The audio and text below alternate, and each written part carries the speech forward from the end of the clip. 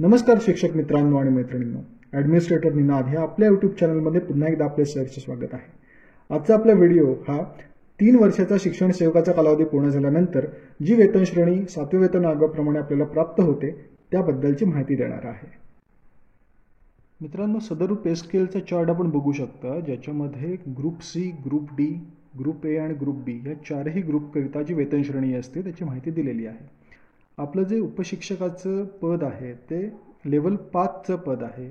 अराजपत्रित गट क मधलं लेवल 5चं पद आहे।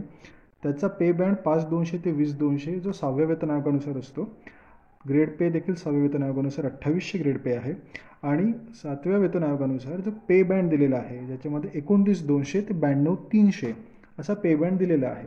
तर पे बँडचा स्ट्रक्चर पाहता 29,200 त्याच्यानंतर पुढचं इन्क्रीमेंट अशी जर सलग इन्क्रीमेंट आपल्याला 35 वर्षाच्या सर्व्हिसमध्ये मिळत गेली तर आपल्याला 92,300 हे शेवटचं स्केल असणार आहे। झालेल्या शिक्षकांना अजूनही S10 म्हणजे मूळ वेतन 29,200 इतकंच वेतन मिळत आहे। याचाच अर्थ असा की उपशिक्षकाचे वेतन त्यांना सध्या मिळत आहे। दरवर्षीपूर्वी इन्क्रीमेंट असायची, जसं की उपशिक्षक ते पदवीधर शिक्षक असं प्रमोशन व्हायचं, ते 2012 पासून झालेलं नाही आहे। पवित्र पोर्टलची 2019 बॅचची जी भरती झाली त्यावेळी प्रथमच पदवीधर हे पद ठेवण्यात आलं। त्याच्या आधी फक्त 33% लोकांचंच प्रमोशन व्हायचं। या 33% लोकांमध्ये सिनियर शिक्षक कोण आहेत, त्यांचं पदवी आणि BEd देखील झालं आहे का, आणि त्याच्यातलेच 33% लोकांचं प्रमोशन होत होतं। रिक्त पदं ज्या प्रमाणात असतील तसं त्यांना प्रमोशन मिळत होतं। मात्र काही जिल्ह्यांमध्ये 33% शिक्षकांना हे स्केल मिळालं देखील आहे। याचं कारण 33% मध्ये पदवीधर प्राप्त ठरतात, त्यांना हे स्केल प्राप्त होऊन जाते। 33% नक्की विषय काय तो समजून घेऊ।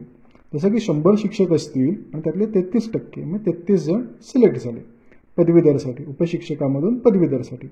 त्या 33 मध्ये परत 3 विभाग, गणित विज्ञानला 11 गेले, भाषाला 11 गेले, समाजशास्त्राला 11 गेले, असे टोटल 33 पदवीधर शिक्षक होतात। पदवीधर शिक्षकाला वेतन श्रेणी देताना S14 दिली पाहिजे, पण जिल्हा परिषद तशी श्रेणी प्रदान करत नाही।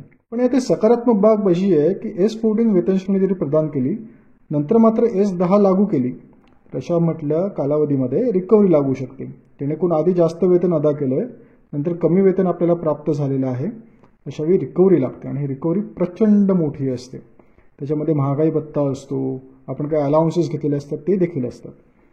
त्यामुळे सध्या उपशिक्षकाची जी वेतन श्रेणी मिळते त्यानंतर पदवीधर शिक्षकाची लागू झाली तरच फरक मिळू शकतो। त्यामुळे सध्या जे 29,200 हे बेसिक मिळत आहे ते केव्हाही चांगलं आहे। भविष्यामध्ये जर 38,600 हे पदवीधर वेतन श्रेणीचं स्केल आपल्याला मिळालं तर ते भविष्यातला हा फरक खूप मोठ्या प्रमाणात आपल्याला मिळू शकतो।